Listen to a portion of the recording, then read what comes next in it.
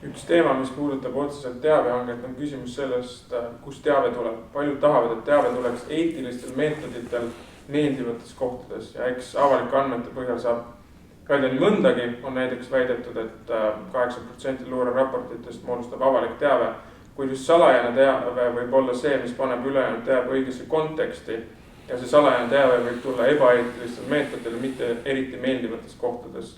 Sulidelt, petistelt, narkodiileritelt ja nii edasi.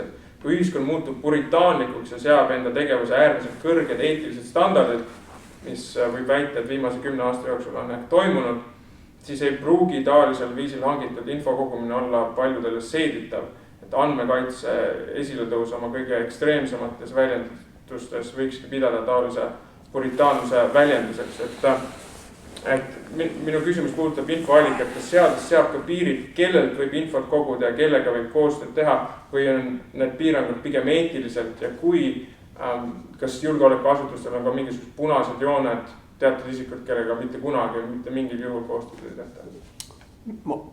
Mina alustaks selle koha pealt, kui toimub. Ma saan aru, et küsimus oli julgeolekuasutustele, aga ma lihtsalt jäin mõtlema, et minu meelest küll ei ole kunagi niimoodi mõeldud, et kui see teabeallikas ja jutt on väga olulist teabest, on oluline. See tähendab, me saame sealt olulist teavet, et sa siis hakkad vaatama, kas ta on lurjus või pätt, mida iganes ja jätad kasutamata, mitte mingil juhul.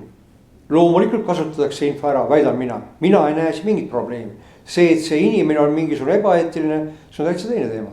Kui see ebaeetilisus on kuskile, on nii-öelda tal inkrimineeritav, siis ta läheb ka kinni, aga minu meelest ei ole võimalik niimoodi probleemi püstitada, et keegi valdab informatsiooni ja me ütleme, et sa oled fui, me ei taha seda.